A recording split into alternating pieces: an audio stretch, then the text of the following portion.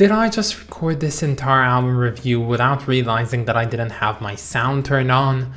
Yes, I have. I have just done that, so let's re-record it right now. Greetings everyone and welcome back to 365 Days of Prog. Today we're going to be reviewing Shvat by the band TATRAN. Hi, my name's Naomi.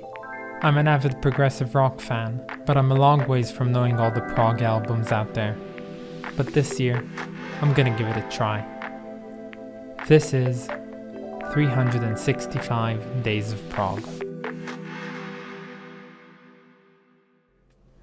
Now before this video starts, I of course just want to apologize yet again for not releasing any videos for the past 3 days. I'm so sorry, but all my stress and work that I was doing in the past days has now finally been over and I can go on to make these reviews the same as always. So let's get right into some of my favorite bits from this album.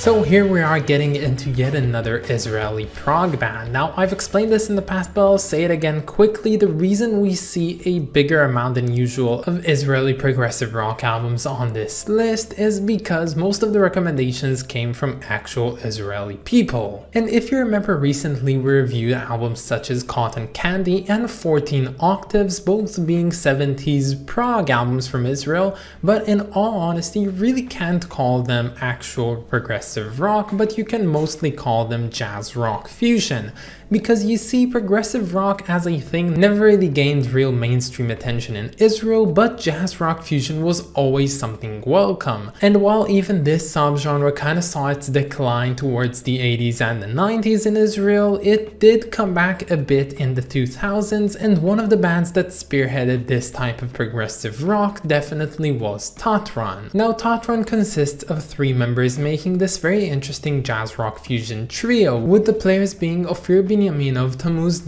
and Dan Mayo, all of them being very talented players which are definitely well adversed with the complex theory of jazz music. But also they're not afraid to incorporate some very modern technological advances in electronics within their music as well, and that just adds to their sound a whole lot more. Now, you know, in the way in which rock was kind of transformed into punk in the 80s, as well as pop being transformed into hyperpop today, I do believe that the music to be found on Shvat by TATRAN features what is the presumable future of jazz music with the technological advances of the modern times. And just for reference, if you know the music of a band like Snarky Puppy, I would say that TATRAN are much like them in sound, but only having 3 members and not a bazillion. Now, TATRAN as a band formed back in 2011, and they released their debut in 2014 to a really good status of success in Israel and even in the whole world.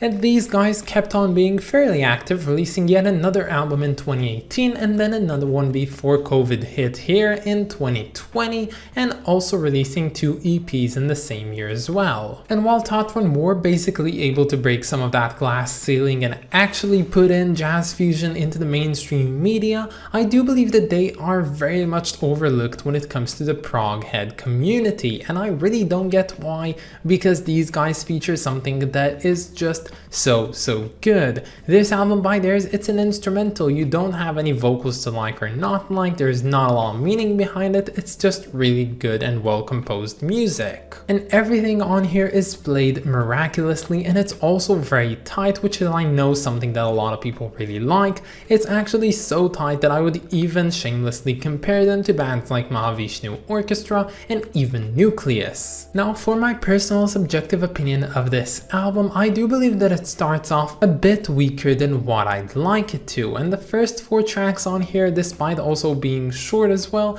I just find them to be very much not as good as what this band is actually capable of. And they're not as interesting. It seems to more try and capture the attention of many people, but in my personal opinion, the really good stuff comes from the 5th track, which is also the title track. So Shvat is where this band really goes out guns blazing and starts whipping out every single facet of talent that they have. This song is amazing. Whether you listen to each and every one of the instruments, nothing is in the background, everything is doing its part and doing it fantastically. Now, personally, I do have a slight bias towards this song because it does have some very traditional Israeli undertones to it, which makes it a whole lot more relatable to a person like me, but I do believe that each and every one watching this video might find some enjoyment or even a lot of it from listening to this track in particular. But although I really love this song, I do believe that the next one is my definitive favorite from this album. Being called Saul the Blue,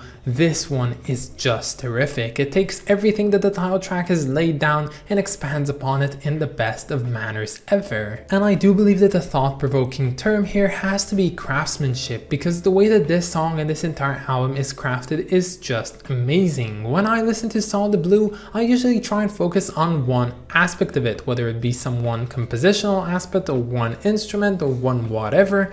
I just like listening to something, realize how fantastic it is before the song ends, and I promptly play the replay button to listen to this one again, but now focusing on an entirely different aspect. And this song is just definitely one that you can dwell into and just never find the bottom of this hole, which is filled with so much intrigue. And this album continues on all the way to the end, featuring some really good songs, with my personal favorites being the ones Top Adar, Damien, and even Strawberry Fields Forever.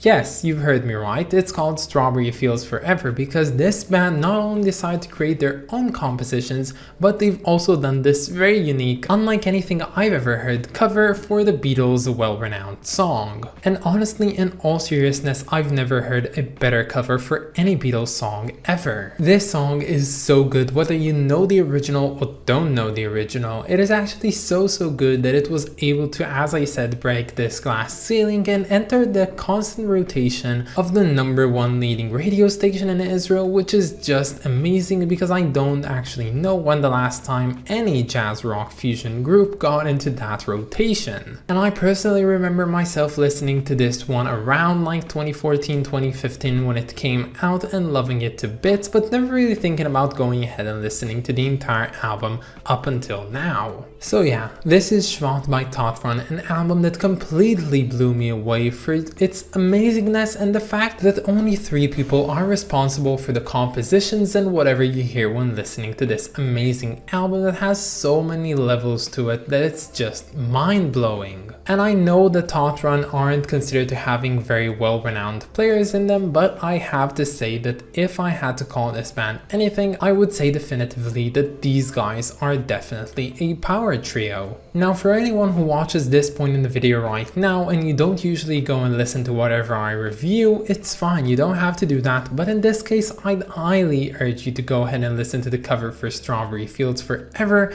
because it is simply amazing and I really don't see a way how anyone could not love this song. And for my regulars, of course, if you're gonna listen to this entire album, I really do hope that you enjoyed it as much as I have.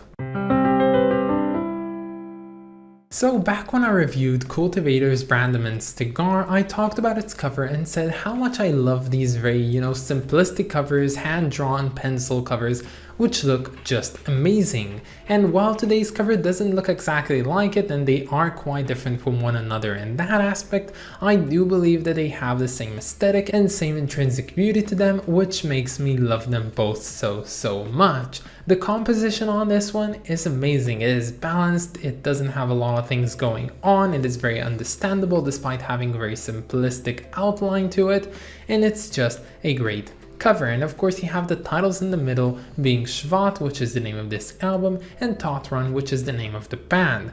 Now, just for a bit of context, because I don't believe a lot of you people know what Shvat means, Shvat is a Jewish month. You know how we have the Gregorian calendar that most of the world works upon with its 12 months? Well, the calendar of the Jews is quite different from it, and it revolves around the moon and not the sun, and it has some very, all-time hits, months like Tishrey, Heshvan, Elool, Av, Kislev, and of course the 5th month called Shvat. Now, I really don't know why this album is called this way, and there's probably a reason for it, but I was too lazy to check, so for now we're just gonna go with it the way it is. But just as an unrelated note, I really love the names of the Hebrew months. They're so cool. They're just really quirky in a way. There's Tevet, there's Av. These are such weird names, and I really want to name like one of my cats in the future, but unfortunately now I don't have a cat, so I can't really do, but I really want to give one of those names to any cats that I have. And I'm rambling on. Look, it's already dissipating. You know it's gonna end right now. Anyway, let's move on to the rating. So since listening to this album for the first time 3 days ago, it has grown on me quite a bit, and while back then I wanted to give it a rating of 8, now I realize that the proper rating for this masterful work of art has to be a definitive 9 out of 10. But that's about it, guys. I hope that you enjoyed this video, and stay tuned for tomorrow because we're going to be listening to In the Search of the Lost Chord by the Moody Blues. I of course want to thank my lovely supporters over on Patreon, so thank you so much to Clay Wanham, Ristop Kings and Lindsay Haycox. You guys are the best, and if any of you want to support me over on Patreon, you can find the link down in the description or in my about page. But that's about it, guys. Have a wonderful day, and I'll catch you all tomorrow. Bye, guys.